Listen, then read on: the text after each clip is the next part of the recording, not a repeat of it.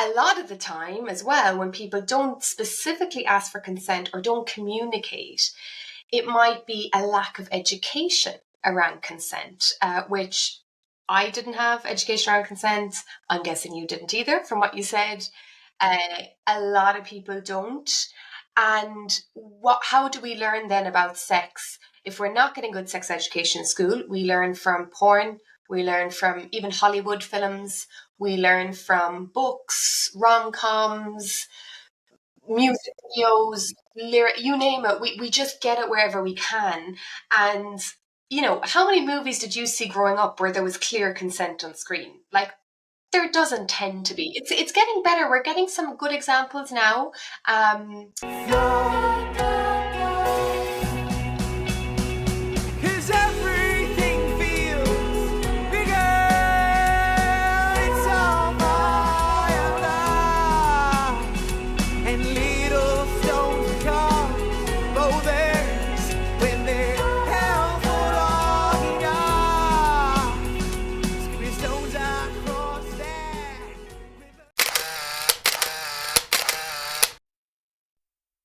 Good morning, good afternoon, good evening, everyone. You are listening to Don't Be Afraid to Talk podcast with James. I believe if we are going to affect change, we must go back to the basic, which for me, in essence, is conversations. Talking and listening is key for growth, and I hope our stories will bring us together and we can draw inspiration from each other. Conversation will include topics such as mental and physical health, trauma and its effect, suicidal thoughts, recovery, and well-being. We will continue to raise awareness and offer a different perspective, a mindset or an idea that could inspire you to take charge of your well-being and to grow as a human being. Thank you for joining us today for another episode of Ask the Therapist. Today I'm joined by Grace Alice. Grace is a sex and intimacy specialist. She is an award-winning coach, an educator and an author. Yes. Who is based in Kerry, Ireland. Yes, that's me. Always good to talk to people that are home. So yes. Yeah. And someone in Kerry, which is probably a bit unusual, especially in the sexuality field. I don't think there's a lot of us in Kerry. So probably one of the few in Kerry. If there's anyone else, get in contact. I'd love to meet you. So we can have a little club in Kerry. Definitely, because I was actually in Kerry a good few years ago. And I was like, this is a different town. Yeah. Kerry's lovely, actually. When I was a teenager, it was that thing of growing up in a small town and couldn't wait to get out of it. Like, just could not wait. I wanted to live anywhere else. I wanted to live in a city, either in Ireland or abroad, anywhere. And I did a fair bit of traveling, but I lived in Galway and Cork for years. And I only moved back to Kerry last year, and I have a whole new appreciation for it now that I'm a bit older. I don't know what it is. I'm like, you know what? I like the peace and quiet. I like the calm. I like being near the sea. I don't need to be going out 4 nights a week. So yeah. Yeah. I think when you're younger, you're like, oh, I want to do all that. Then afterwards, like, I think I just want to be quiet. Yeah. I like my peace now. Yeah. Just chill out. Yeah, exactly. Yeah. So can you just tell us a little bit about yourself, please? Yeah, of course. So, as I just said, I am from Kerry, originally, and I suppose to give maybe a bit of insight into how I get into this work, because that could be kind of useful to know, because people always ask me that is kind of how you went from, growing up in I was going to say a rural part of Kerry. Kerry is kind of rural, but it wasn't a super, super, super out in the sticks, but it's still, it was nowhere near living in a city or even a big town. It was just a village. To going from that then to being a sex educator. So I suppose when I was growing up and when I was in school, I had a few issues of my own around sexuality. So I had a condition, which I think I mentioned, I definitely have touched on it in the book because it's important to mention, called vaginismus. And that meant that I couldn't essentially have sex. I couldn't have penetrative sex. I couldn't use tampons or do any of that stuff. And thankfully that's since been treated, thankfully. But I went through it for years as a teenager and there was just so little information. We got little to no sex education in school. We just got to talk basically on periods. That was it. Literally nothing about sex itself, protection, consent, all of that stuff that like you know nothing about. Like you need to know it. You need to learn about it. So I didn't learn any of that. I had some really unhealthy relationships. One particularly, abusive relationship, unfortunately, which is long over, but I was young when I was in it. And then I went to college. I did occupational therapy. So I kind of saw myself in the healthcare sphere. But I finished that course. And again, there wasn't much mention of sexuality in that at all either, which was a bit surprising. But I was like, okay. And then what kind of really brought me into it was I did the master's. I did a master's in health promotion in Galway. And I just found myself specializing in sexual health. I just felt really drawn to it. I suppose it was that little Grace or that younger me being drawn to this of like, oh God, this is being delivered in schools now. This is amazing. I have to get on this. I have to get involved. So yeah, that was it. I started going to schools with Sexual Health West, who are based in Galway. And I worked with them for years. I wrote my book with them, which we're going to be talking about. But then during the pandemic, like the kind of big lockdown, that was 2020. I know it went into 2021 as well. But during 2020, then I was like, okay, I really want to start my own business. I really want to like own my own thing. And that's where I founded Grace Alice. And that was nearly it was 3 years ago now, which is really, really hard to believe. But it's just thankfully grown from strength to strength since then. So I'm delighted. Time flies when you're having fun. Yes, that's it. And I do have fun in my job. I definitely do. Yeah. Even like the sex education that I got. I think we just watched the video. That was it. And I bet it wasn't a nice video. What was the video? It was more around giving birth and stuff. And then boys were just sat in the back of the class laughing because they thought it was funny. Yeah, I know. And it was like, all right, that's that done. And like there's kind of that I feel is a bit more of a scare tactic than anything. Like it's not actually. It wasn't educational. I didn't see the video, but yeah, I'm guessing it was more of a like, this is what could kind of happen. Giving birth is extremely difficult. And like, I wouldn't even want to watch that video now. So like, I can't imagine watching it as like at that age and then equating sex, which should just be this wonderful, pleasurable, comfortable, pain-free thing, to giving birth. Like, yeah, it's like, if you do it, if this is what could happen, okay, don't do it. Yeah, and like, again, as if people just, have sex to have babies, which obviously is not the case at all. It's just not it's the same with STIs. Like, the way a lot of people were shown like images of STIs and stuff in school, that this is what could happen to you if you are promiscuous or you have sex without protection, whatever. And again, it's a scare tactic, and it's again making a really negative association between again, something that should be wonderful and we should talk in a positive way about. Like, learn about the risks, fine, but don't scare people. Yeah. I think a lot of it was like, let's just scare these kids and don't put them off. It is. It's like if you went to a cooking class and they just taught you about salmonella, like, yeah, you would walk away being like, well, I'm never cooking. Like, I'm never eating any of that food because I could get a disease. It's just like, it's nonsensical. It's fear-based. It's shame-based. It's not good. Not good. I'm just hoping things have changed. But yes. Before we get on to a podcast, I'm going to play a quick game called One for One. Called what? 1 for 1. Okay. I'll give you a word and you say the first word that comes to your mind.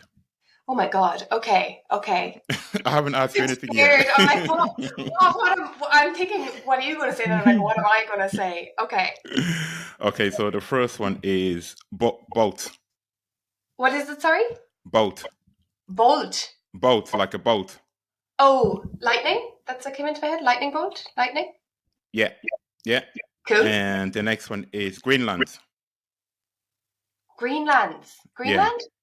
I just Yeah. thought of green. I just thought the color green. Yeah. Okay. It's probably not green at all, but I just thought of green. And the next one is attraction. Sex. Microphone. Me. Cherry. Pop. That's it. Oh no! I'll talk about that phrase later because it's not a good phrase. Yeah. Yeah, that's it.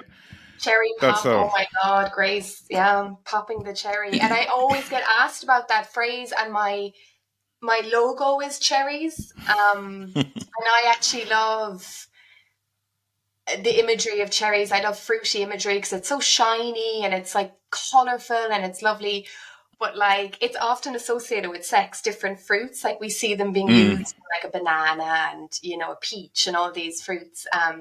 But the whole thing of the cherry popping, I always have to do a bit of a talk about that in workshops, being like, nothing pops. Like there's not going to be a big pop. It's nothing that dramatic. Trying to demystify it. Yeah. I think the understanding that I have is something pops, but yeah. Exactly. Yeah. So yes, in relation to your books, there is a lot of content in it. Mm-hmm. A lot of great content in it, but I'm only going to focus on 4 today. Okay. Yeah, fair. Which is consent, a very important topic, and reproduction, another important one. Yeah. And protection, another very important one, and relationships. Okay, interesting. I like that. I'm interesting selection out of them. Yeah, I think they kind of go together. The 4, well, the whole thing does, but I think these 4, consent, like what is that? Like people don't know anything about consent, so I'll start with that one. Okay, yeah. And Yeah. consent is quite a big chapter, I think. I'm just looking here. I know it's chapter 4. Yeah, it's big enough. I remember that one. So the first one is the most obvious one. So why don't some people ask for consent? Why do some people ask for consent? Why do some people don't ask for consent? Oh, don't ask for consent. Sorry. Don't. Yeah. So that's a tricky one because there can be lots of reasons why someone might not ask for consent. And when we think of someone doing something to someone else without their consent, we obviously think of sexual assault, we think of rape, and we should probably give a content warning, that like won't be discussing these in depth, but like even just using the words, sexual harassment, that kind of thing. Obviously, there are people out there, and there's no denying this, that and if you listen to any true crime podcasts and go into the psychology of people who do terrible things, there are people out there who don't ask for consent because they simply don't treat other human beings with the same respect as they think of themselves. Sometimes they think of women as something beneath them, say if it's a man or vice versa, and it's very much a power, it's an abuse of power, and that's what actually gets them off. That they're actually just taking something. Look, I'm taking what I want. You don't even get a choice. And that's kind of the real dark side of it, that there are just people who are violent or who have those tendencies, and that would be something, that particular part, to talk more with like someone like a criminal psychologist or something like that. But I would say a lot of the time as well, when people don't specifically ask for consent or don't communicate, it might be a lack of education around consent, which I didn't have education around consent. I'm guessing you didn't either, from what you said. No. A lot of people don't. And how do we learn then about sex? If we're not getting good sex education in school, we learn from porn, we learn from even Hollywood films, we learn from books, rom-coms, movies, music videos, you name it. We just get it wherever we can. And, how many movies did you see growing up where there was clear consent on screen? Like, there doesn't tend to be. It's getting better. We're getting some good examples now. There's more intimacy coordinators working in Hollywood, which is a cool job. But I know growing up, you just think everything happens naturally, that Yeah. actually asking something would ruin the mood and would be stupid and silly, and that's not something you would do, and it would be awkward, and God Mm. forbid you would be awkward. Mm. So this fear of being awkward, this fear of embarrassment, fear of rejection, again, lack of education, why as like they would be the main reasons that come to mind for me. Mm. I don't want to assume that every single person who has been in a situation where they didn't communicate as much as they should have, I'm not going to straight away write them off as a predator or an abuser.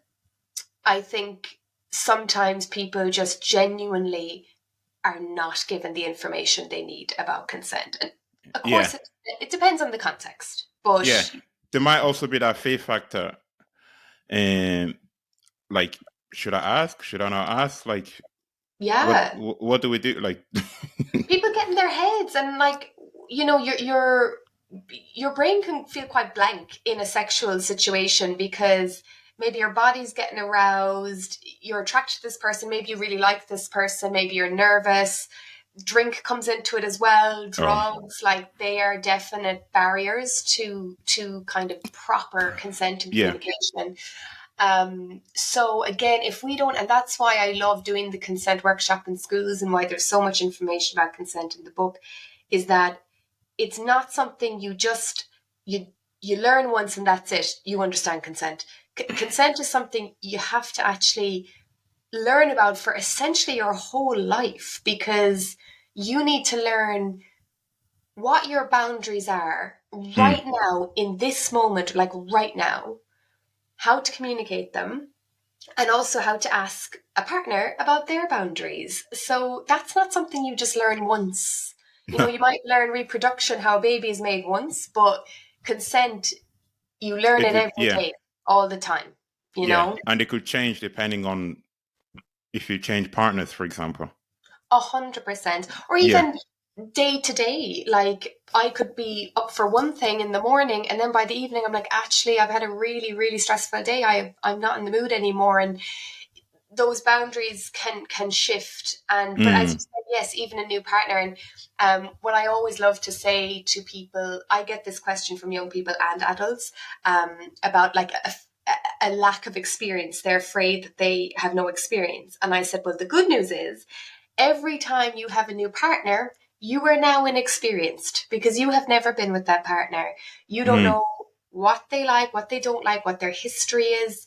Do they have trauma you need to know about, triggers, turn-ons, turn-offs?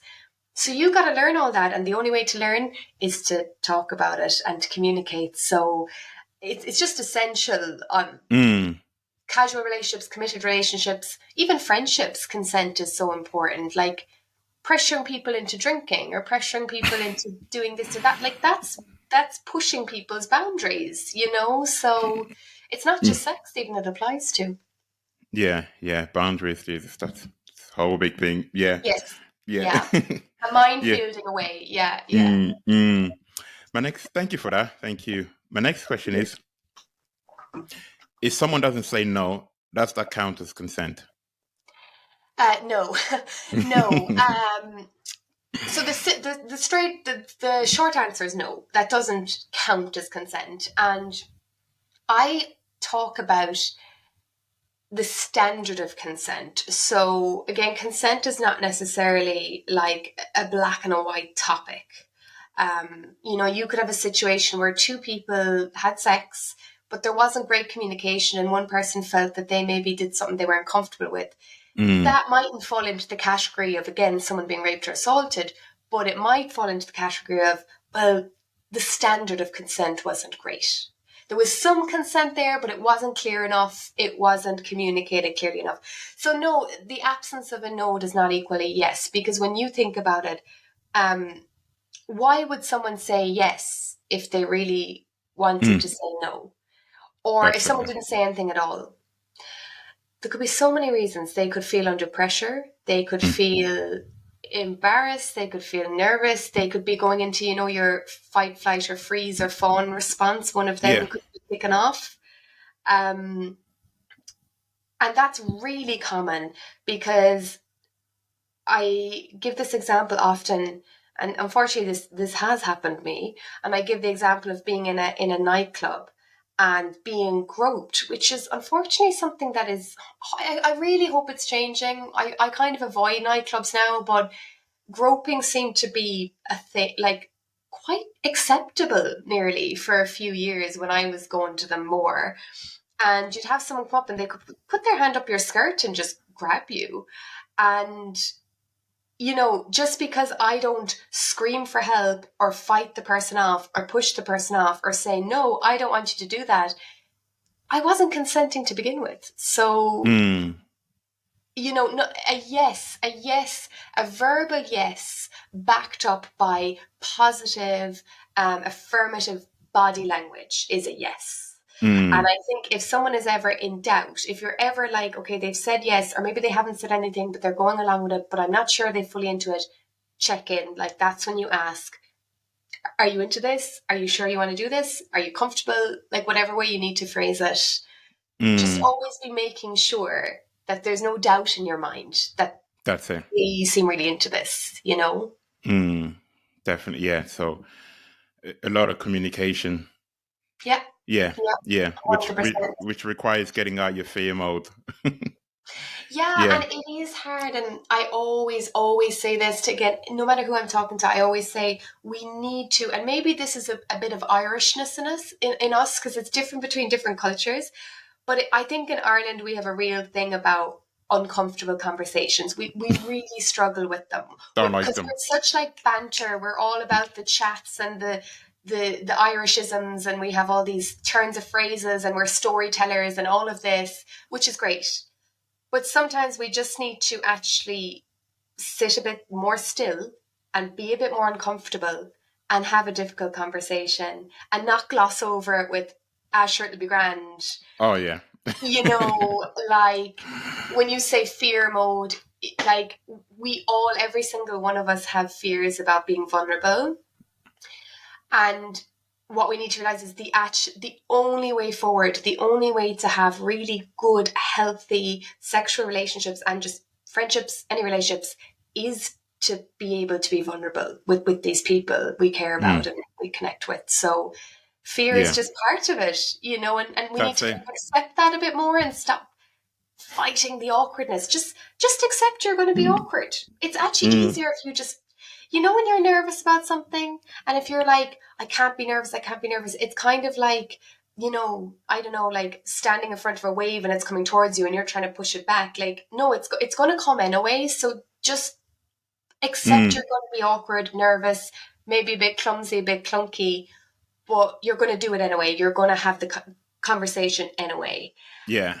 And then you're going to feel fine after. You're going to feel more comfortable and That's confident. it. Because you get into your head, and sometimes after the conversation, you're like, "Oh, is that it?"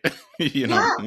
And no matter how it went, you can always pat yourself on the back and say, I tried, I did it, I did a difficult thing. And when it comes to consent, I always say this, that like, yeah, it might seem really, really awkward saying something like, can I kiss you? Or I'd love to kiss you right now, because we didn't grow up with that on screen. But if we did see more of that, and that's why I love that we are seeing a bit more, that would be so powerful to be able to see that, oh yeah, that's happening and it's not ruining the mood, and it's actually maybe adding to the mood. It's actually making it more intimate, that communication.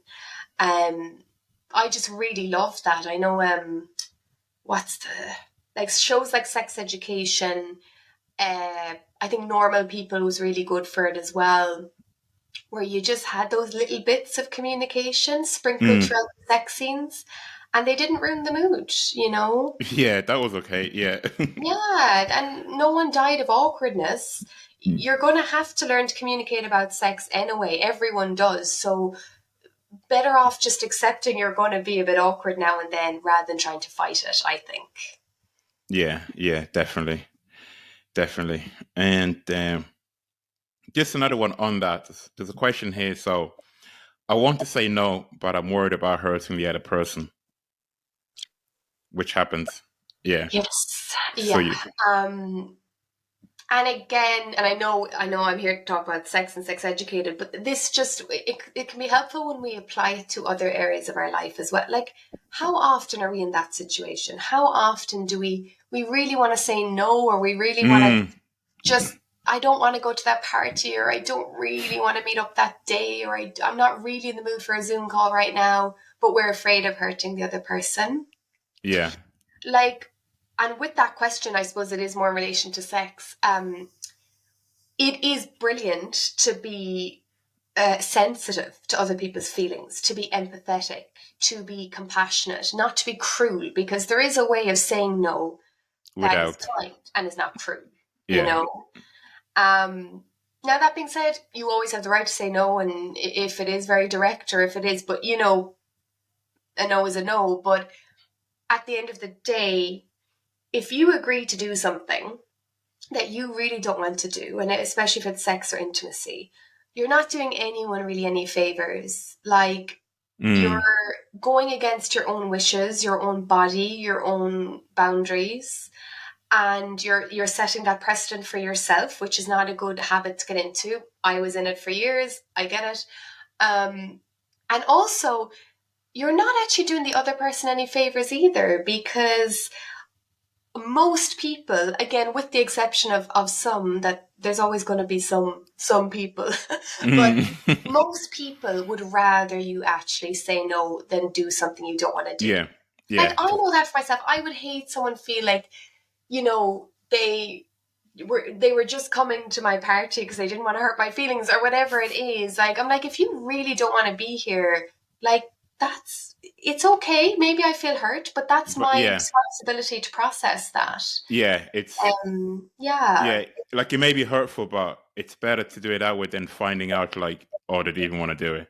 That's even Yeah. more hurtful. Because and then what's hard as well, and it kind of brings me off into just a little side note, but also important about kind of this idea of faking it. And I get asked a lot of questions about, like, faking orgasms or pretending you're enjoying yourself. And is this ever a good idea? And again, the general short answer is no, because you're telling this person, oh, I'm fine with this. This is great. And they're going to just keep doing that then. And then eventually you're going to have to sit down and be like, look, I've been faking it for the last 5 years. And that's going to be a way more difficult conversation to have. It's still worth having. But, like, start as you mean to go on, as hard as it sounds. Like, learning to say no is actually really, really powerful. And again, it's a bit of Irishness there, I think. We're real. We want people to feel welcome. We don't like making other people feel bad No. or uncomfortable. But it can slip into, like, self-sabotage and, like, doing things Definitely. that go against, just what your wishes, your boundaries. Yeah. So just remember that, like, okay, you don't want to hurt their feelings, but how are you going to feel after doing something you didn't want to do? How does this end for you? Are you just going to keep saying yes to things you don't want to do? It is their responsibility to process their feelings, as cold as that sounds. It is, But and all you can do is be kind and be gentle. I mean, unless the person is being, like, yeah. if they're actively pressuring you or being horrible, then maybe you can be like, absolutely not, like, get lost. But generally, Yeah. as long as Definitely. you're somewhat kind, you're always entitled to say no, and I would encourage you to say no. Definitely, especially at a young age where everyone's trying to please or not look bad or be given a bad names. Like, Yeah.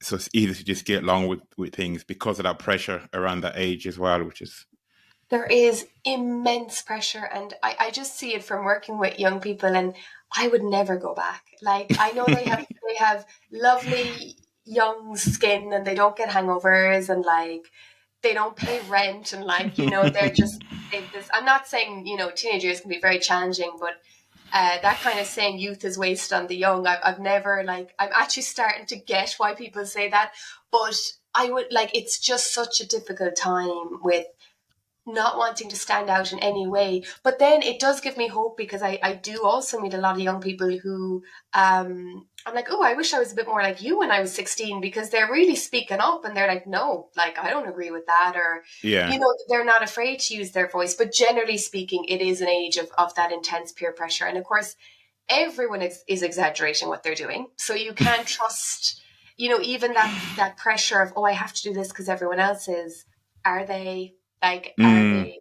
You're just And hearing this, so you're like, oh, I want to be a part of this, or I want to yeah, sound good as well.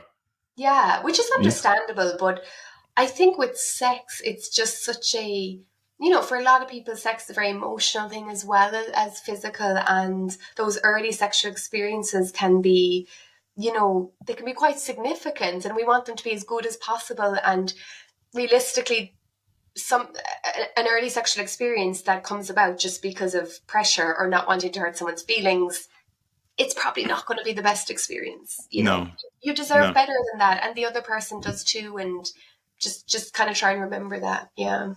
Mm, definitely, definitely. And just the last question on this. Yeah. Yeah, this part you wrote about, it's in the same chapter in relation to believing the victim. Yes. Yeah, so just how important and stuff for parents to remember, because I think it's Yeah. It's so important. And look, we see the hashtags. I believe her, I believe him, and um, what we're saying there actually, and it gets skewed, is we're not saying believe everything you ever hear without mm, question. And with these hashtags and these phrases, like, if you're taking them literally, that's on you, because none of them can be taken that literally. It's like the kind of not all men stuff. Of course, not all men. No one is saying all men. We shouldn't have to clarify.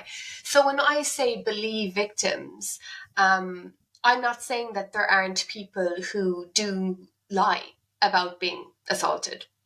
I'm saying that they are a minority, and yeah, that the chances are it's way more likely that your child is telling the truth if they have been harassed or assaulted or whatever has happened. And we have such a dark history in Ireland of not believing victims. I mean, it's still happening, but mm, like, the more I learn about just the abuse in schools and in churches and all of that was happening, the stuff in the what am I trying to say? Like the arts, like filmmaking and in Hollywood, all these places. So many examples of people not being believed or dismissed. yes, yeah, Um, like, usually, I think often if a parent is slow to believe their child, it's usually coming from a place of fear yeah, of, if I believe this is real, like, and this has happened, and this is incredibly painful and worrying and awful. mm, And there's no easy way around that. But I just think it is so incredibly important that when someone tells you their story, that is such a brave thing to do. And they need to be met with that belief that I believe what you're saying. I'm here for you. Um, you just need to be there with them in that moment. mm, especially for parents, like if a child says tells you something happened and you're kind of hesitant, like that would push them back, like Yeah. you Oh, know of y- course. you just And feel so alone. yeah, so it's so damaging, it's so harmful, so hurtful. And we see a lot of victim blaming as well of, Mm, well, what were you doing walking down that street? Or I told you not to wear those shorts, or whatever it is. And again, it's from a place of fear, but that's not a good enough excuse either. no. Like, it's okay to understand why people might react this way, because we need to understand it, but we mustn't excuse it. Um, if you have, I know this probably sounds a bit harsh, but if you are going to have a child, you have to be in some way just a little bit prepared for the fact that they are then going to grow into a teen and grow into an adult, and there are going to be people who aren't going to treat them well. Now, hopefully, they'll never be assaulted, but there are people out there who do these things. And, again, it's just so important that you are a safe person to Mm, go to. And again, in that moment, it's not about picking apart, well, what happened and when did it happen, yeah, how did it happen, and it's just love. It's I'm here, it's support. You can have those conversations later. It's the emotional support to really get in there with, so they can trust you, and so they'll come back and tell you if there's anything else wrong, which hopefully parents want to happen. That's it. That's Yeah. it. Thank you. Let's go on to reproduction. Woo! Exciting. It's funny because The fun stuff. interesting you want to discuss that chapter, which I love, because usually that's the stuff that's kind of glossed over. It's like, yeah, we know how babies are made, whatever. Let's get to the porn conversation or whatever it is. So, no, I like that we're going back to basics a bit. Yes. I was looking at some of this. I was like, I know the answer to that. But when I was a teenager, I was questioning other people who were also didn't really know. So we just kind of pretended to know. Yeah. Classic. Yeah. Yeah. Because it wasn't a conversation. Well, I certainly didn't have this conversation with my parents anyway. So.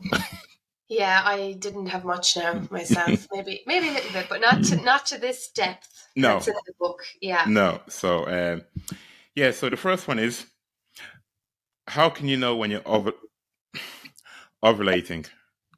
Ovulating, yes. Yeah. So that is a good question. It's something I'm trying to figure out myself most of the time. I'm trying to figure out my own cycle at the moment, to be honest, because it can be a bit confusing, and especially when I'm talking to young people. So I think it's a different context. Like if you're talking to a person who is trying to get pregnant, right? And they're trying to figure out when they're ovulating. Okay, then we can look at the signs of ovulation, and that's kind of different things. Like, so you can check your body temperature. So there's these like you could do it with a thermometer, or there's these specific they're like, there's different names to them. They're like cycle trackers or ovulation trackers, and just when you wake up in the morning, you put it under your tongue, it takes your temperature, and then it all syncs up to your phone. So it calculates when was the day you probably ovulated this month. Also looking at discharge, the discharge that is coming out of the vagina, which is going to be a bit different when you're ovulating. And something someone else does is, some people do, is check the position of the cervix. So again, this is all very like medical, and like teenagers are not going to be doing this, right? This is more for someone who is like actively maybe, trying to conceive. Now, again, I'm all for anyone of any age getting to know their cycle and understanding that, okay, maybe I'm ovulating this week, because it affects, like, your energy levels are different, your sex drive is different, your appetite, your sleep, like the hormone cycle affects everything. And actually a really interesting book that I'm going to challenge you to read it if you haven't read it. Oh God. It's called Period Power.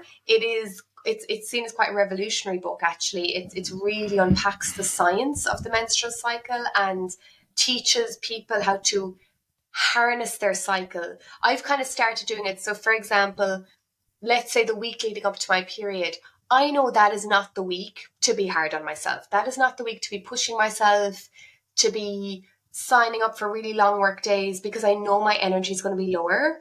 Whereas the week of ovulation, okay, that's the week I want to be doing speaking stuff, workshops. I want to be engaged with people because that's what I feel like doing. I have more energy. But if I was talking to a young person, so I would kind of like describe, as I said, the kind of difference between the discharge and sometimes some people get ovulating pains. Actually, they can actually feel a bit of a sharp pain in the lower abdomen. But I would be kind of saying just to track your cycle. So track the days either in an app or a diary. Mark the days you had a period. Do it next month, and then you can kind of build up. Hopefully, if your periods are some way regular, you can then calculate by so from the first day of your period, go back 14 days. That was probably the day you ovulated. There's a lot in it. Like, it's not straightforward. Like, it really isn't. Come here. I would have thought, like, from a guy asking this question, I would have thought it was a straightforward answer. Yeah, I know. Sorry. Yeah. It Because would be even when I wrote it down, I was like, yeah, that should be a straightforward one. I didn't know there I was a whole. know, I know. But like even here, if I look at, in the book and I can see it's on page 265 here, like the cervical, like so the mucus, so kind of I just call it discharge, it's easier. It's more clear, watery, stretchy and slippery. Now I know I don't be looking in my underwear that closely, but again, if I was actively trying to conceive, I would be looking for that. But like teenagers aren't going to be looking for that. They're not going to be examined. They can barely cope sometimes with the fact that they even get discharged, even though it's totally normal and healthy. But it's I think just it lends to a bigger question of just learning about your body and learning about your cycle. Cycles can be very irregular as a teenager, particularly. So, when you see the image of the menstrual cycle, it's always this 28-day lovely circle, and you ovulate at 14 and you have your period for 5 days. Sure, for most people, it's not exactly like that at all. So, yeah, it's harder than it seems, but Yeah. it's good. I think it's like, again, when I'm talking to young people, I say, look, it's good to figure it out. It's good if you have an idea of when you're ovulating, but it's not reliable birth control method because like that's what all our grannies used and they have loads and loads of children, right? So, well, they're great grannies, but say our generation of great grannies and grannies, like they were using that method and loads of kids. So, Yeah. while it's good to know when you're ovulating, it's hard to pinpoint it exactly, especially as a teenager when you're getting used to your period. And I would definitely, even if you're on your period, I would still be using condoms. I would still be protecting yourself because the sperm can stay alive inside the fallopian tubes for about 5 days. So, even if Yes. you're ovulating today, if you ovulate in 5 days' time, pregnancy could happen. So protect yourself at all times of the month. Yes, I saw that. I saw that in the book. I was like, what? What? No. Mm. The sperm, and one thing. Sorry, I'll let you ask the next question. See, I don't talk. You were like worried about talking about this. I was like, I'm going to be talking 90% of the time. But one thing I always say as well to young people to really hammer it home is that your body does not know you don't want to get pregnant. Like you might never want to have kids. Your body doesn't know that. I mean, it would be great. Imagine if we could just flick a switch and be like, body, let's like put Yeah. everything on hold for 10 years. No I'm babies. done. Yeah. And men could do that too. Everyone could do that. We can't. And our bodies, men and women, anyone, they're always working towards reproduction because it's just in our DNA. It's survival of the species. It's instinct. It's just like, oh, there's a word I'm looking for and it's not coming to me. Yeah, it's survival basically. And we're kind of programmed, and it doesn't mean again we have to have kids. It just means it's just biologically. We're designed, to keep reproducing. Yeah. So even if you don't want a child, your body is going to work really hard to get. So that's why I always say, why would you be taking the risk of not using a condom? Because if there is sperm left in the vagina after sex, your body's going to do what it can. It's going to try and get those sperm up to that egg. It's going to try and do it because it thinks that, that's what we need to do. We need to keep reproducing. Yeah. It's like, you forgot something. Let's. Yeah, exactly. Yeah. Like, let's get this show on the road. So, yeah. And nature is cruel because you could have someone trying for 20 years who wants a child. And then you could have a 16-year-old who absolutely does not want a child. And so use protection, please. Yeah. And my next question is it easy to get pregnant? Now, I think now I know it's not. Well, now I have some information, but a 17-year-old, I didn't really. Yeah. So is it easy to get pregnant? Is it easy to get pregnant?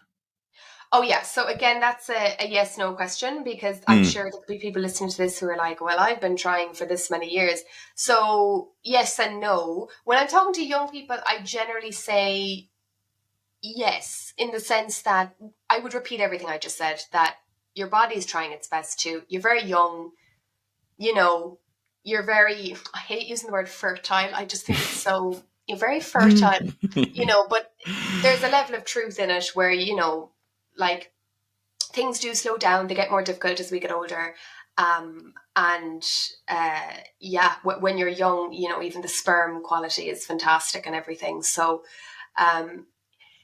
is it easy?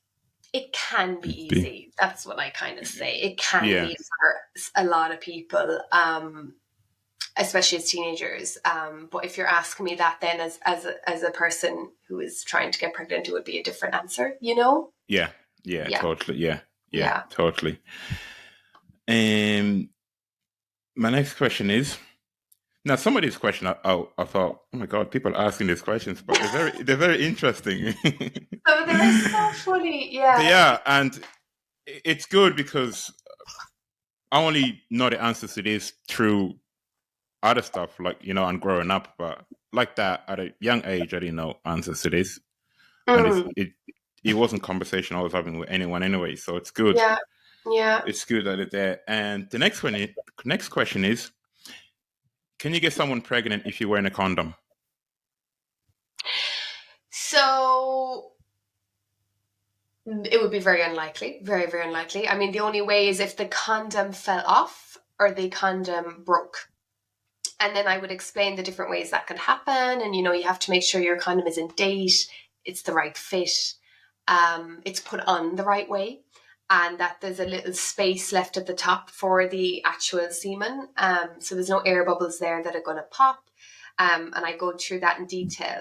I mean, it is if you put on a condom and it stays on all the way during sex, from the minute penetration happens, so not just halfway through, because pre-ejaculate can have sperm in it. So, I mean, it's very unlikely. If the condoms are something like, I think they're between 97 to 99% effective if they're used correctly. So they are very effective. But yeah, again, it's just if something goes wrong, like one pops, or breaks, then we might be talking about something like emergency contraception or whatever needs to happen then. Yeah.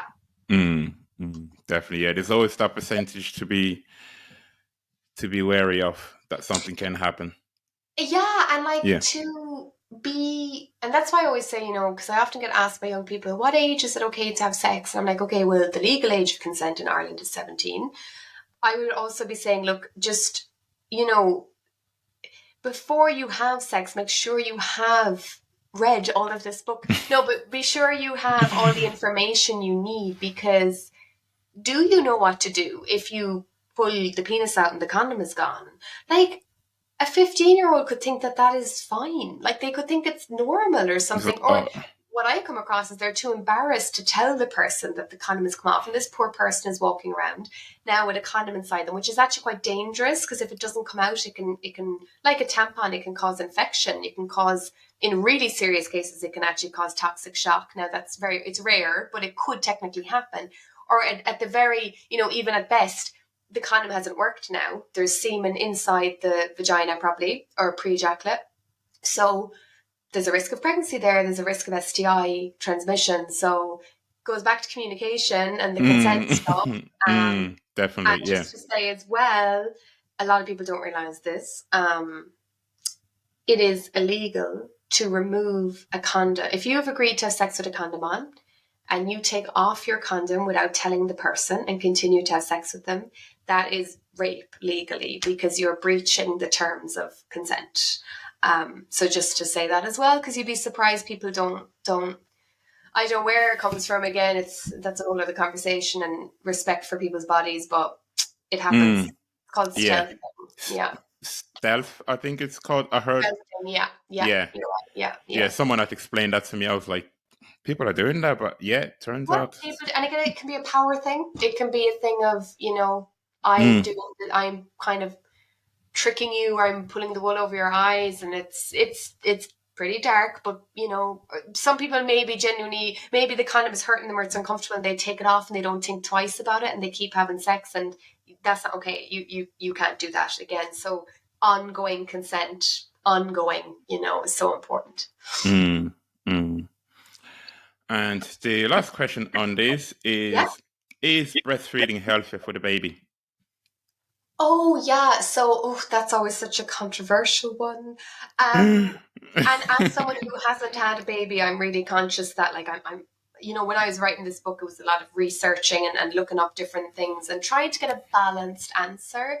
From my understanding, breast is best in the sense that if we really were to compare the two, I believe that breast milk, because it is tailored. I mean, nature is amazing. It is tailored perfectly for your baby and their needs. It's actually incredible. The more I think about it, I'm like, how have we shamed anyone for breastfeeding in public? Like, let them breastfeed wherever they like. It's incredible. But breastfeeding is impossible for everyone. And formula milk, I don't claim to be an expert on this, but I do believe it's not harmful, and it has loads of vitamins and minerals, and I'm sure it goes through lots of testing, and it's probably improving all the time, I would hope as well.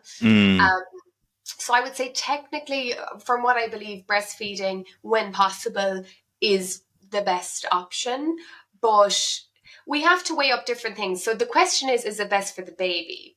And we would say, again, the short answer would be yes, by a margin, maybe it is. But we also have to weigh up the mental health of the mother. If they're trying to breastfeed and it's not happening, you don't want a mom or a person really stressing out about that and being hard on themselves when there is formula milk available. Or maybe someone doesn't want to breastfeed or can't. Yeah. So, yeah, short It is answer, yeah. it is I a believe. controversial one, but Yeah, and yeah, I'm not here to shame anyone for anything. And parents are the most, and particularly people who give birth, mothers, anyone who gives birth, and it's just incredible, and you're doing your best. So look, breastfeeding is fantastic. It's great, but if it's not possible, I don't think. Basically, I don't think babies who haven't been breastfed are at a huge disadvantage or anything like that. I just yeah. think I think it's important not to shame mothers doing it. 100%.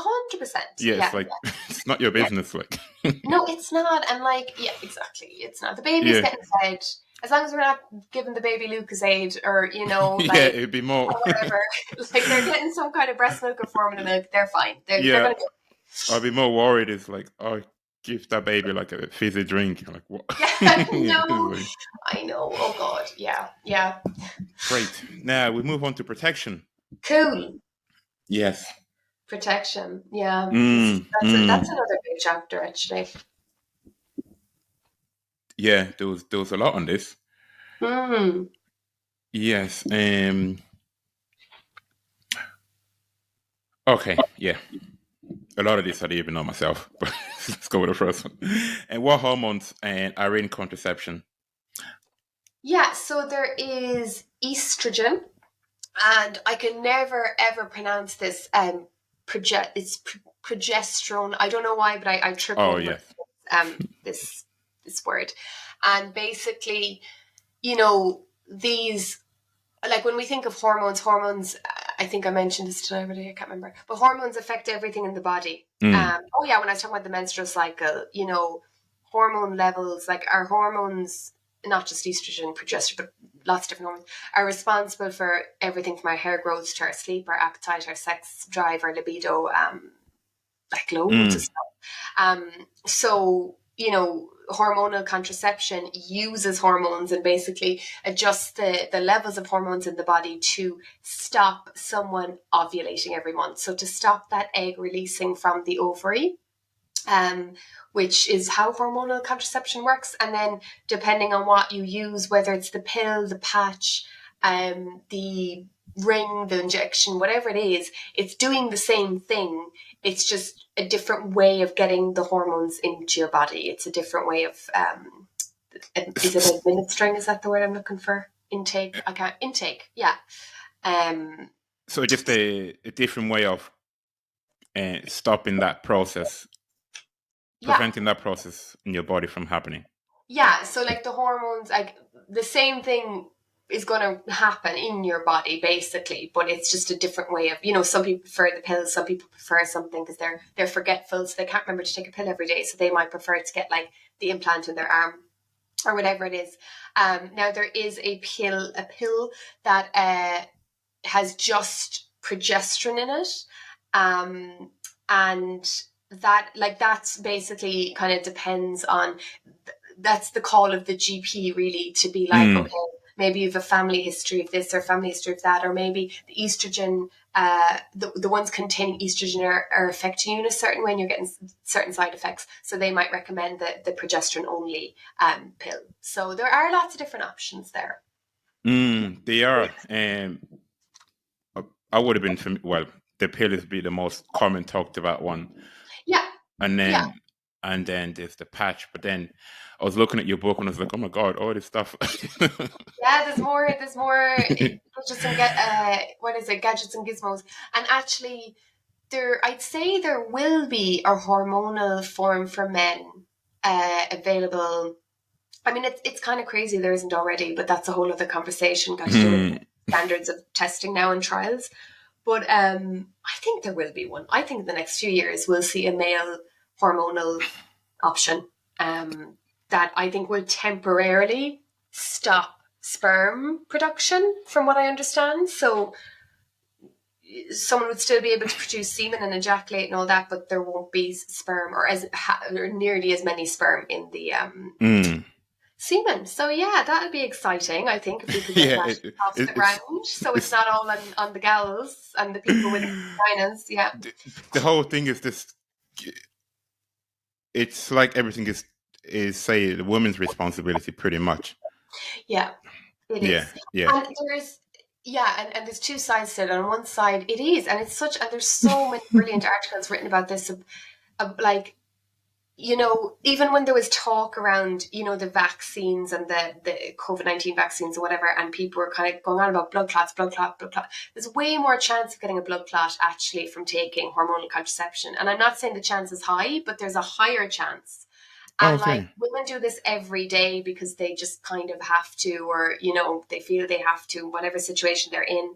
And you know, the side effects people can get from hormonal contraception, the expense of it. Now it's free for, I think, between 17 and 30-year-olds in Ireland, which is brilliant, but it took a while to get there. I was like, right, I turned 30 this year, great. So it's like, you can, you know, 30-year-olds just start having babies or something, I don't know. Sorry, what was I going to say? But then on the other side as well of that, I would say that, and I don't think a lot of men, I feel, maybe haven't thought about this in detail, but I'm like, you do realize that, like, also if you're not using condoms and if you're fully relying on if you're heterosexual women, you're fully relying that they're going to take their pill correctly or they're going to change the patch at the right time. And like, that takes control out of your hands as well. So I'm like, it benefits all of us to have more choice for both people. And there's always that age-old argument of how many pregnancies could a woman have in a year? Like maximum 2. But like, how many women could a man impregnate in a year? The limit isn't. God knows how many. They could probably impregnate many women a day, really technically speaking. But because the woman is the person carrying the child, they're kind of seeing that they should bear the response. Yeah, it's complex. It's complex. Yeah, it's always like, oh, is she on a pill? Like, that's the, you know, it's like, get her on a pill and everything will be okay. It's like, I don't need to do anything. And it doesn't account for STIs because none of the hormonal forms of contraception protect against STIs. They just protect against pregnancy. They have to be taken correctly to work. And many women, and this isn't shaming women, again, this is an education thing, many women are not taking their pill correctly. Like many. I think a survey, I forget when it was done, it was a few years back, but it was something like only 60% of women were taking it correctly. They were making mistakes, they were skipping pills or missing pills, and yeah, so I think more options for everyone, so everyone can have a bit more agency in whether they want to have children or not. Yeah, that's the kind of stats that would scare the man. Like, what? Yeah, and it's not about not trusting women, it's just like, you know, because I guarantee that when there is the male hormone option, I don't think women will trust men. I think there's going to be a bit of like, you know, like, no. And that's not being condescending. I think that is something that will happen. I do think women are going to be a bit like, do you trust him to take it now properly? Because I have to convince my boyfriend to even put on SPF. So like, you know, I'm like, sun cream now, sun cream. Just from the men in my life, they're so bad at that stuff. I'm like, I'm the same. Like, I'm thinking if there was a pill for men, they would just forget. I know, It but just be like, like, I'll come take it on. for 2 or 3 days, then it just be like, oh yeah, meant to be on that. We'll have to, yeah, there would have to be a good, strong education campaign, and like, come on, let's get our stuff together now. Yeah, yeah. Brilliant, brilliant. The next one is, um, what is the most common one that I can use? Common contraception, is Yeah, it? yeah, Oh, do you know, I don't know what I wrote for this in the book, but I'm assuming I wrote either condoms or the pill because yeah. they would be the most. Oh, so this is hormonal contraception. Yeah. So usually the pill is kind of the first port of call Mm, because it's very easily, you could just stop it. Whereas like if I got an implant into my arm, and then it just wasn't agreeing with me, I have to go and take it out. And again, for some people that's not a big deal. For me, I hate needles. I hate doctor. I don't hate doctors. I hate the whole, anything, yeah, so for me the pill was a good option because I was like, and I'm a pretty organized person, I'm pretty good for, I can take it one pill a day, I can manage that. So that's usually where people start. And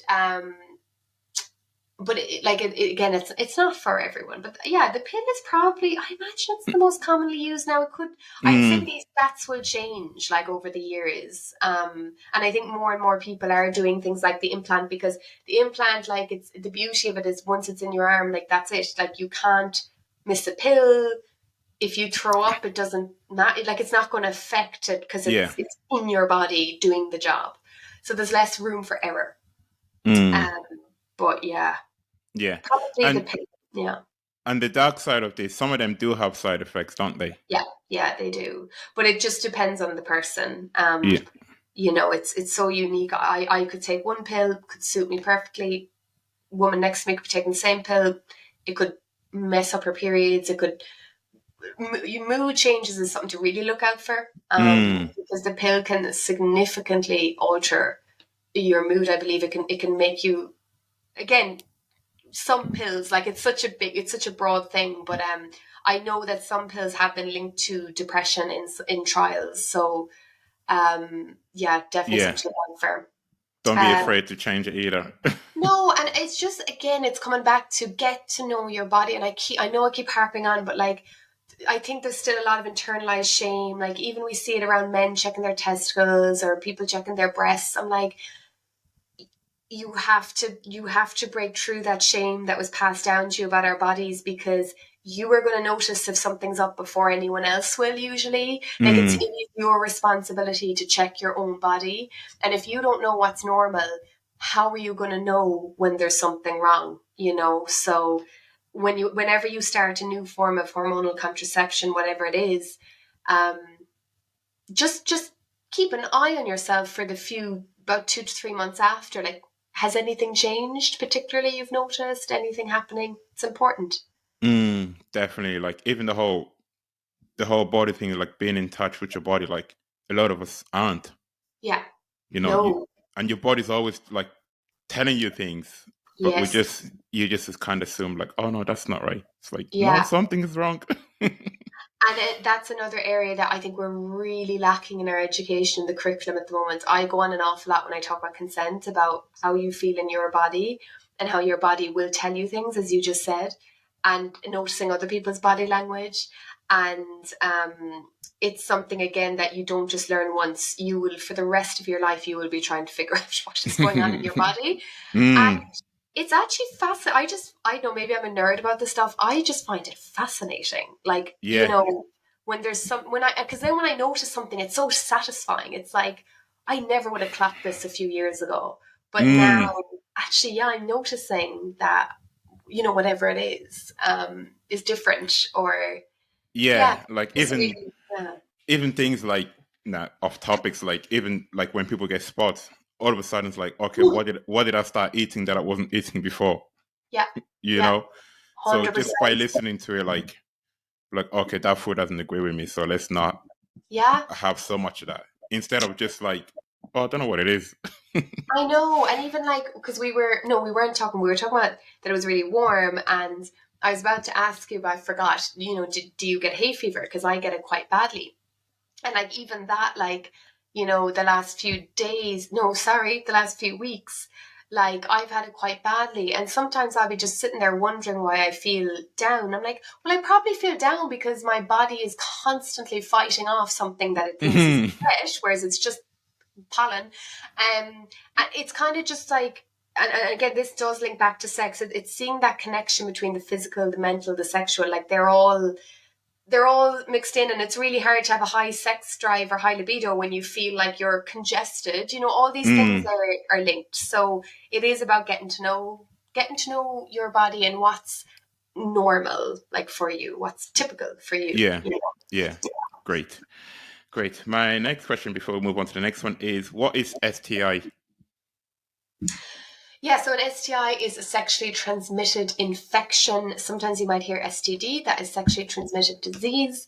We use STIs more here, that term, I believe, because I suppose the word disease, there's kind of a lot of stigma attached to it. And also it's not very accurate because they're not diseases. Like, say HIV is a virus, and if you didn't treat HIV, it would develop into AIDS, which is a disease, but you don't catch AIDS, you don't catch a disease, you catch an infection, right? So I that think disease is becomes just something else.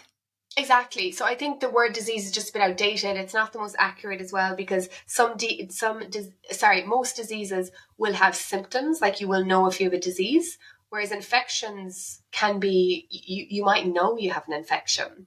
So like chlamydia can often come without symptom. So people can have chlamydia and not have any symptoms. And then they can be passing it around to everyone and they don't know they have it. And chlamydia is quite easily treated if you get it. It's just antibiotics, like you would take for any infection. If you don't get tested and if you don't communicate about your STI status and all of that, and say if I had chlamydia and if I didn't know and I didn't treat it and I had it for years in my system, that can develop into pelvic inflammatory disease, which can make it difficult to have children.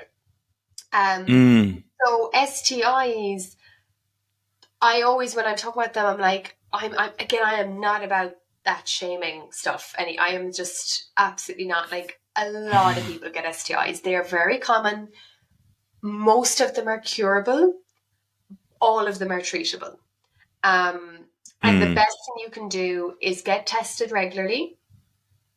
Use your protection, and that's your condoms and stuff, like the barrier protection, and communicate and break down that shame. And I think in the book there's a few phrases that you can use, that if you're having sex with someone and you want to ask, you can say something like, like, I can't wait to have sex with you, but obviously we've both had sex before, so we should probably get an STI test. Just like normalizing that, like, when It's okay. when someone asks you, like, no one's going to be like, do you have an STI? Like, that's not usually how we would phrase it. Well, some people might, I don't know. But, that it's not an insult. It's just a question. Like, it's just like, stop associating with, if they are asking, have I an STI, they must think I'm like really promiscuous or I'm this or that. Like, that's not it at all. It's a mature adult conversation, because STIs happen. They're a reality of having sex. Of course they're, like, with sex, your skin to skin, your body fluids are mixing. This doesn't sound romantic or erotic at all, but that's what's happening. When we think of how contagious a cold is, you can catch a cold from someone sitting next to you on the bus. So when you're actually having sex, of course infections are going to happen. Like, it's going to happen. So yeah, sorry, I went off on a tangent. But I just hate the shaming around people with STIs. I hate it. There is a lot of, because it comes with a lot of shame. Yeah. And a lot of people would be afraid to ask the question. And if you ask the question, you'll get defensive. Like, what is wrong with me? What are you trying to say? Yeah.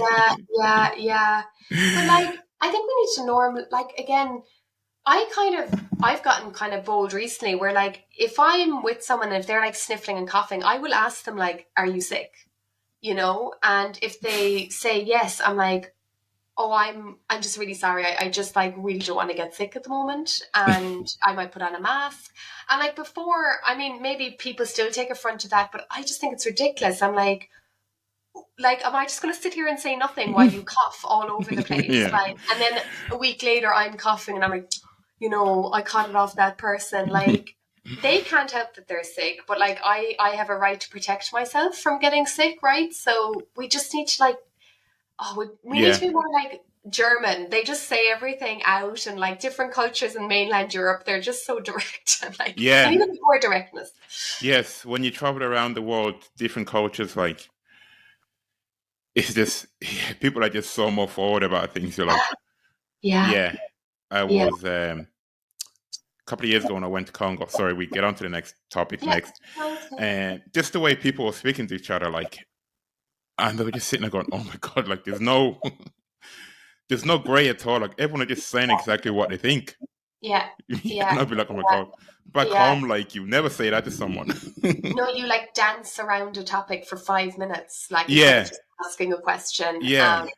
So, and what I like, I suppose be direct again, be kind, but like, yeah, we need to be a bit more, have these open conversations. Like STIs are part of life. Like I'm not saying they're part of everyone's life, but It's if you're happening. going, yeah, if you're Yeah. going to have sex, you just, if you're an adult and if you're old enough and bold enough to be having sex, you're old enough and bold enough to realize that some people get STIs and that's okay. And you can protect yourself as best you can, And it's not difficult to get blood tests for that either. So, No, and you can do there's kind of at home kits you can get now. So at home STI testing, which is brilliant. So that takes out a lot of the kind of like even the time of going to a clinic. And we had to, I remember us queuing when I was a student for STI clinics. You'd have to turn up. You had to be there at like crazy early in the yeah, morning. like 5 or 6 in the morning to get in the front. Yeah.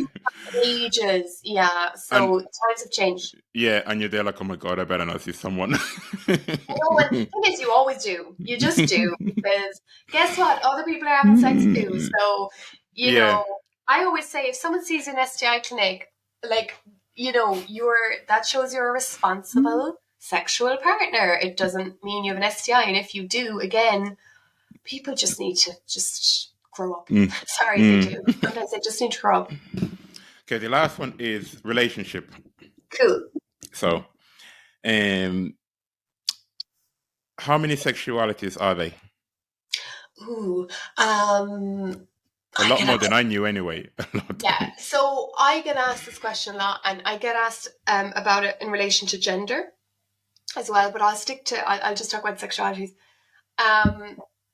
You hear people saying, "Oh, there's like 67 sexualities now you can be," and I'm like, there isn't really. There's different language and there's different understandings of the same word and blah blah blah. But like, usually you hear about one of maybe 5. So being heterosexual, which is also known as being straight, being attracted to people of the opposite gender. So like a man being attracted to only women. Then we have homosexual, also known as being gay or being a lesbian. So people who are typically only or mostly attracted to people of the same gender. Bisexual, which is like, it's not 50% attracted to men, 50% attracted to women. Again, what each means, I could say I'm bisexual and the person next to me could say they're bisexual, but we could be on different ends of the spectrum. Like we could have a different understanding of it. But people, basically bisexual, you're attracted to more than one gender. You're not exclusively gay or straight usually. And then pansexual, which is pansexual people, I kind of trip over this a bit because these definitions kind of change and again, they're evolving all the time. But if I were to simplify it, it's usually about like just being attracted to people on a person by person basis. They're not overly worried about what you have between your legs or how you identify. They just have the capacity to be not attracted to everyone, but they're the capacity to be attracted to different people regardless of what their gender is or what their body parts are. And then asexual people typically don't feel a lot of sexual attraction or don't feel as many urges to be sexual and have sex, but they can still have, obviously, they can still choose to have sex or they can have romantic relationships.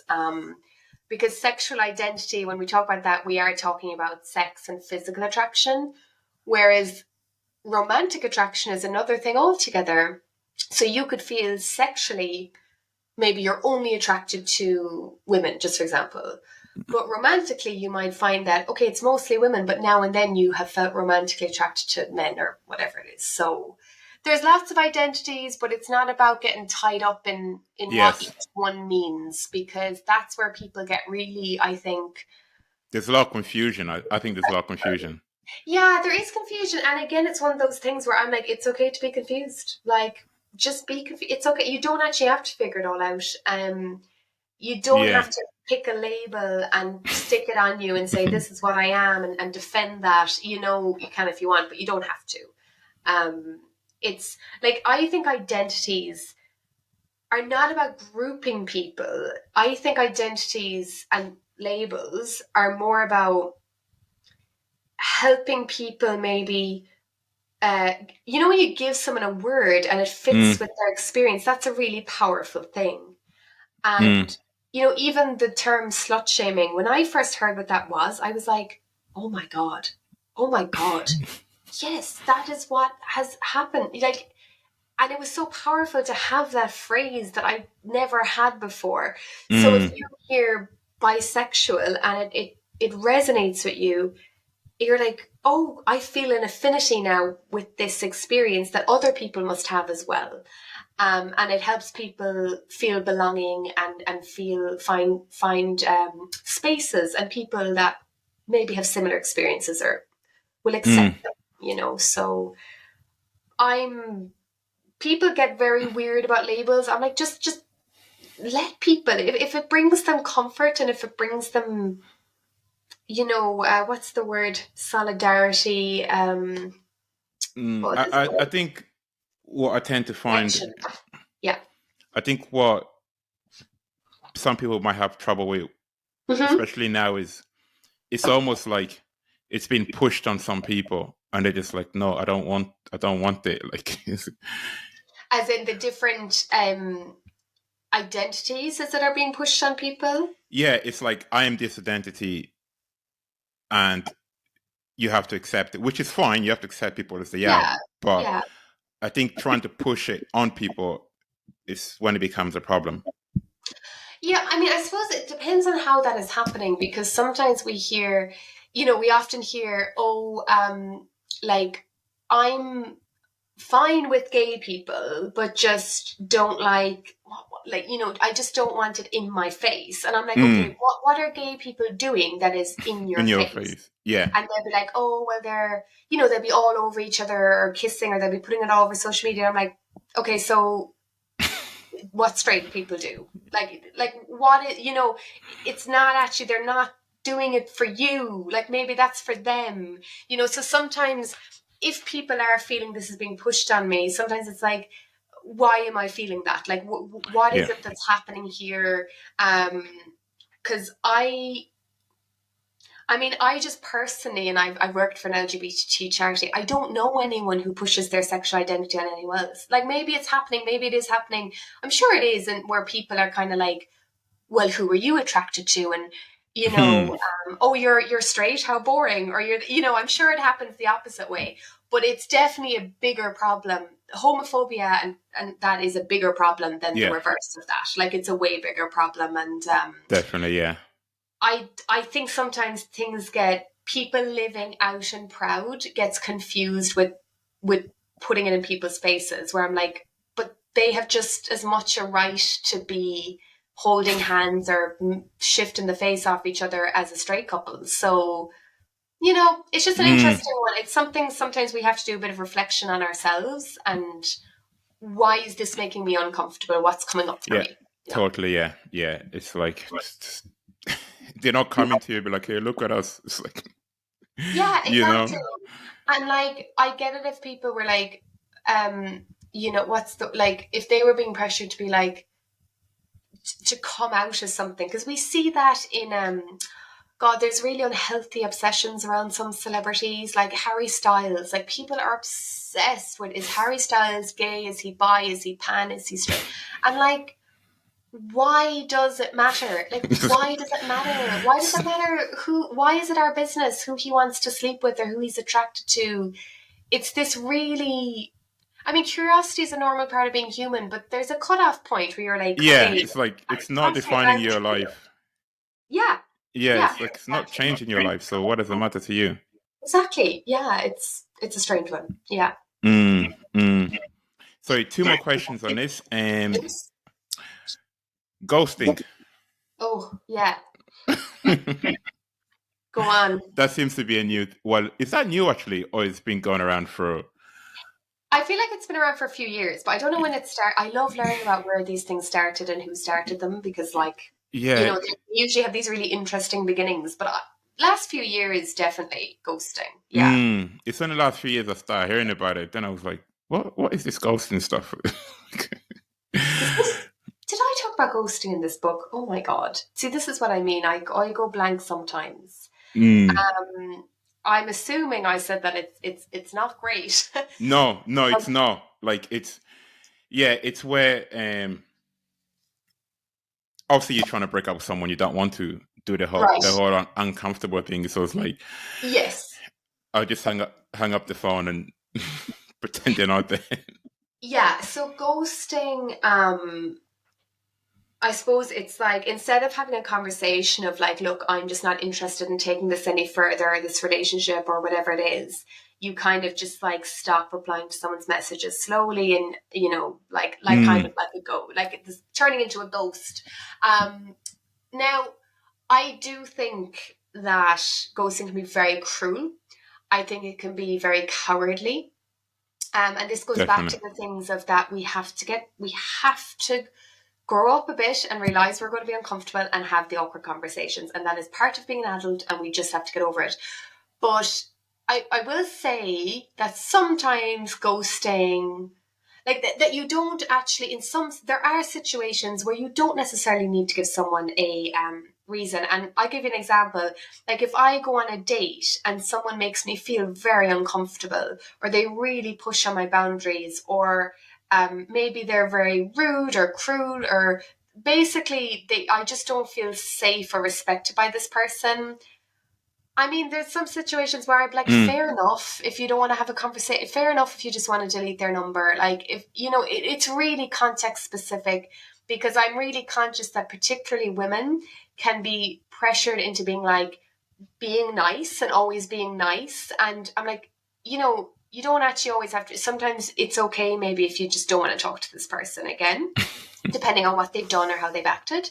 But generally speaking, on a more broader level, like ghosting, it's just not cool. Like it's just mm, it leaves yeah, people hanging. We see it a lot with casual sex. So um, yeah, people might be looking to have casual sex, and both people are like, yeah, sure, I'm up for it. Well, I'm up for it too. Great, and then they have sex. But part of casual sex is also part of it is being kind and being respectful. You don't get to just act like I'm not going to curse, but you don't get to act badly just I because it's know. casual. Like you're still being physically intimate with someone. Yeah, you don't have Still to be own mean it. about it after.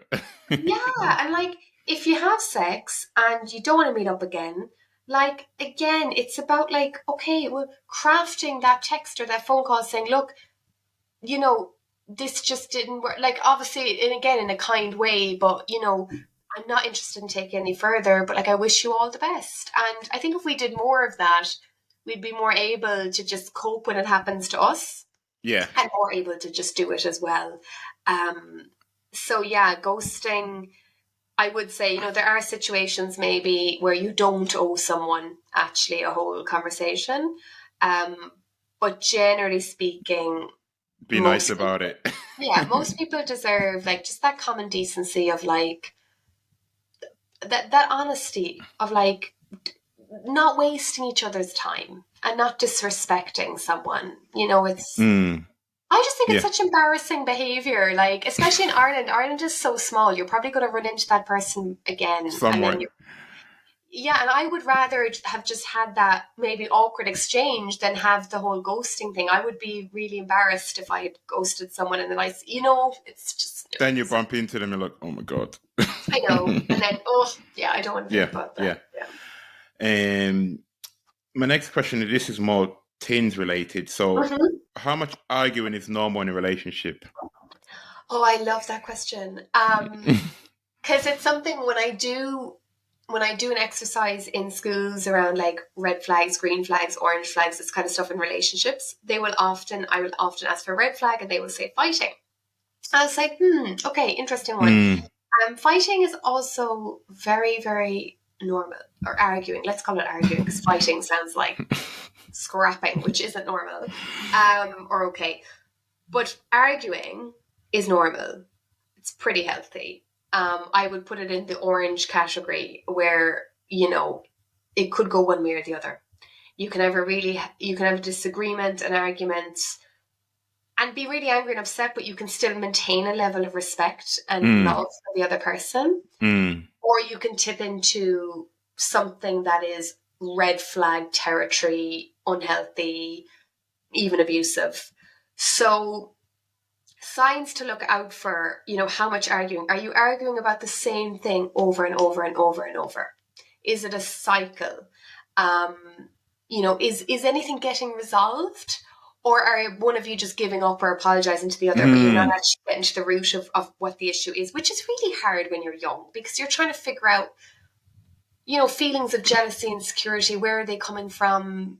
Yeah. That takes a lot of emotional bandwidth to process that. I find it hard at this age, and I do this for a living, so it's difficult. I'm also looking for things like name calling, body shaming, kind of insults, aggressiveness during really shouting, really or getting up in someone's face. Because there's an element of violence to that. You don't have to hit someone to be violent. There's an element of violence totally. arguments. So I would say, arguing is normal. And I definitely talk about arguing with love, I think I say, or arguing with kindness. And there's a little illustration there as well that I think is nice. That shows that you can disagree and you can argue. And actually, that's a good sign. When a couple comes to me and they say they never argue, I'm like, oh, yeah. I think there's a problem there straight away. That's the problem. You should be arguing, not all the time, but you should be having an argument. Because if you're never ever arguing, one of you or both of you, you're not being fully authentic. You're not being vulnerable. What? You're never upset with your partner, ever. So yeah, I think how much arguing is normal. It kind of depends on the nature of the arguing, and also the pattern. And couples can go through phases of arguing more. Maybe, in a particularly stressful time. But again, I think we kind of need to learn as well that we need to ask for help. We need to just be like, I'm having a really bad week, and cut each other some slack and learn to process our own stuff as well a little bit. And yeah, it's complicated, isn't it? There's a whole but yeah, skills. Arguing is healthy for the relationship. That's what I know. Yeah, it is a certain amount done in a a loving huge, but where you're getting a solution to something instead of just repeating the same thing over and over again. Yeah, and even if I compare it with one of my ex-partners, arguments would be explosive. They would be a build-up of and it would blow up and it would be nasty and it could go on for ages. I had another ex who I could not argue with because he would literally disappear for days if I argued. He just would completely withdraw. And then I would be in such distress. I would be like, oh my God, has he broken up with me? Where is he? Just absolute stonewalling. Whereas now with my partner, we have arguments, but even if I'm angry and I'm, stomping around another room, I know that we still love each other. And I know that maybe in an hour, maybe in a few hours, we're going to work it out. And I think it's that gut feeling. You shouldn't feel terror or fear or really deep fear again during or after an argument, if that makes sense. Yeah, totally. Yeah. Feel that, okay, this feels bad and maybe I feel really angry or I feel upset, but there's still that knowing that person loves you and respects you, and vice versa. Yeah, it's like, oh, if I bring this up, they're gonna leave me. No, no. Exactly. Yeah, you have to learn to argue. You have to have those difficult conversations. Mm, Conflict, again, there's no conflict in your relationship. There is, you're just not addressing it. There's definitely internal conflict if there's no external conflict. So, yeah.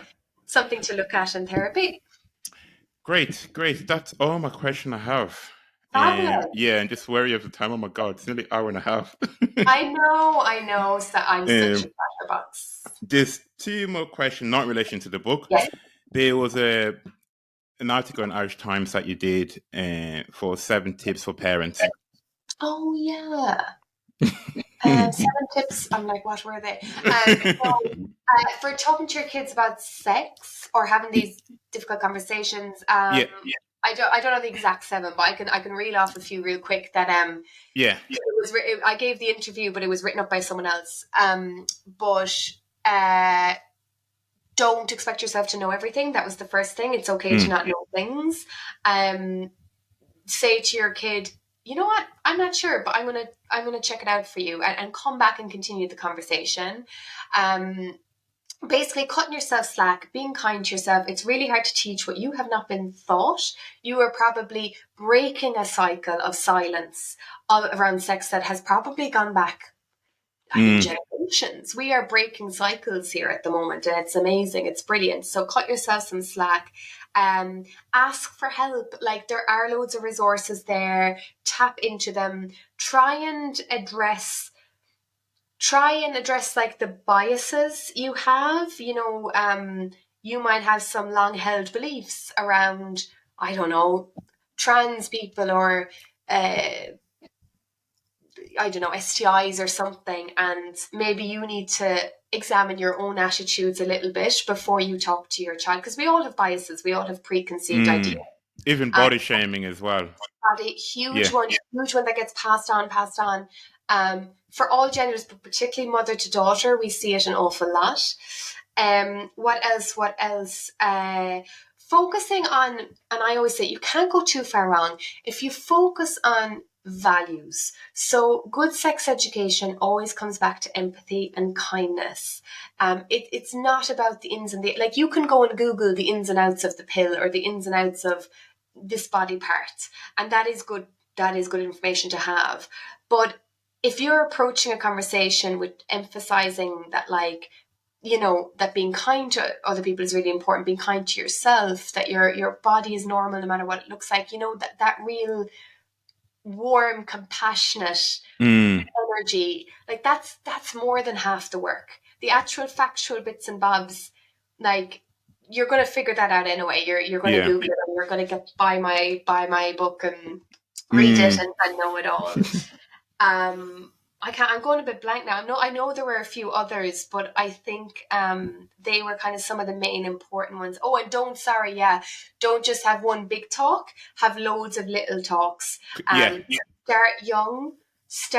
Start as soon as that. You can actually practice consent from before a child can talk. It's not that you're actually really giving them a choice, but you're saying, I'm going to brush your teeth now, okay? So I'm going to do that now, and just the communication of that, you're letting them know that, that's what I'm Mm, doing, and you're informing them.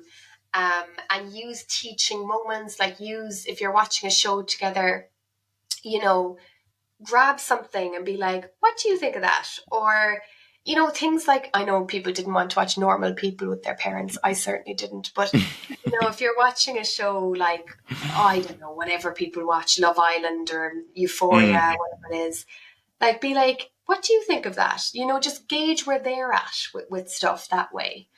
And then trap them in the car so they can't escape. So that's where you have your talk. No, I'm yeah. joking. Obviously, don't Yeah. do that. But it's not a bad idea to do it you're out for a walk, or you're kind of, this is time with you that you have with them, to bring up something gently with them. Yeah. And be curious about it. Yeah, And be absolutely. curious Always and more to learn. yeah, approach it with compassion. That's the important thing. So there's no shame. Yeah, and like, don't jump to conclusions. Like, don't, or if you do, you're human, you do, but apologize. Like, come back and say, look, the way I reacted there that was all about me. It wasn't about you. I'm glad you came to me with this question, and I want you to be able to come to me with questions. Like, you're going to maybe have emotional reactions at times. You're human, but it is your responsibility though to realize when maybe you've reacted, something has triggered you. It's not about them. So like if someone asks about going on the pill, don't jump to the thing of, oh my God, they're having sex. Like, they might not have sex at all yet, so just be glad they're coming to you, because if you start shutting stuff down, they're going to go off and they're going to Google it, or they're going to get the information, false information elsewhere, and they're not going to come to you again. So try your best to just take a deep breath and kind of just ask a few more questions. Like, where is this coming from? What do you need to know? That kind of thing. Brilliant. Thank you so much, Grace. Thank you. You're so welcome. And just to say, there's hundreds of more questions in the book that you can buy at sexualhealthwest.ie. So the book is called Sex Educated, and all the money from this book, the proceeds go back into the charity as well. So it goes back into delivering sex ed. So it's sort of like a charity donation when you buy a book, really. So yeah, it's good. If I say so myself, it's a good book. What's the charity? So it's Sexual Health West. Okay. So they're the charity I worked for. They produced this book. I wrote it for them when I worked with them. But they do HIV testing, HIV support helpline, and they do sex education all over Connacht. So they do lots of amazing work. And where are you online? Yeah, and so for me, then you can find me. The easiest thing I always say is my website, because that's linked to my socials and all of that. So it's gracealice.com. So gracealice.com. And then I'm on Instagram as well as Grace Alice O'Shea. And there's just a little underscore between each name there. Yeah, that's where you'll find me. Yeah, brilliant. No, thank you for the book. There's a lot of information on it that I thought I knew, but I didn't know. Yes, I know. And when I was writing it, I learned a lot as well. I can tell you that. Yeah, if you're an adult, you think you know, but no, you don't. No. And it's always good to refresh. And especially, again, if you have kids or you teach kids or whatever, it's really great, because if they ask you a question, it's quite likely the question could be in here or something similar to it. So you have an answer that a sex educator would give, and you can pull from that and make it your own. And just get that little bit of guidance. Yeah, it keeps you grounded as well to know kind of what teens are up to now. And it's changing all the time, and there's a lot as well on porn in this book as well, because I know that is a very specific worry of parents, and I do understand that worry. And so there's a lot about that in there as well. We have to keep up with the times. Sex education has to change as the times changes, as the access to technology. We have AI now coming up. What's that going to cause? A few problems probably. So, let's keep on top of it, Yeah, brilliant. Thanks you. So much. Thank you. Before this, it's a lot better than what it was a year ago. Okay, good. Oh, I used to be. Growth. We like that growth. Yeah, it used to be so bad. It's like, as soon as I hit record, it's like, it's like, what are you doing? Stop. When I first started doing podcasts, I just used to completely overthink and overanalyze everything I was saying, and I'd listen back and I'd be like, what am I going on about? Whereas now I'm just like, just be yourself. You can't go too far wrong. Yeah. I think for me, it's like, I don't like being under a spotlight. Yeah. And I'm so focused on getting it right. And it's just all those things, like, what if it goes wrong? Then all those things are just kind of playing in my mind. So now I'm a lot better now than what it was. Great. So,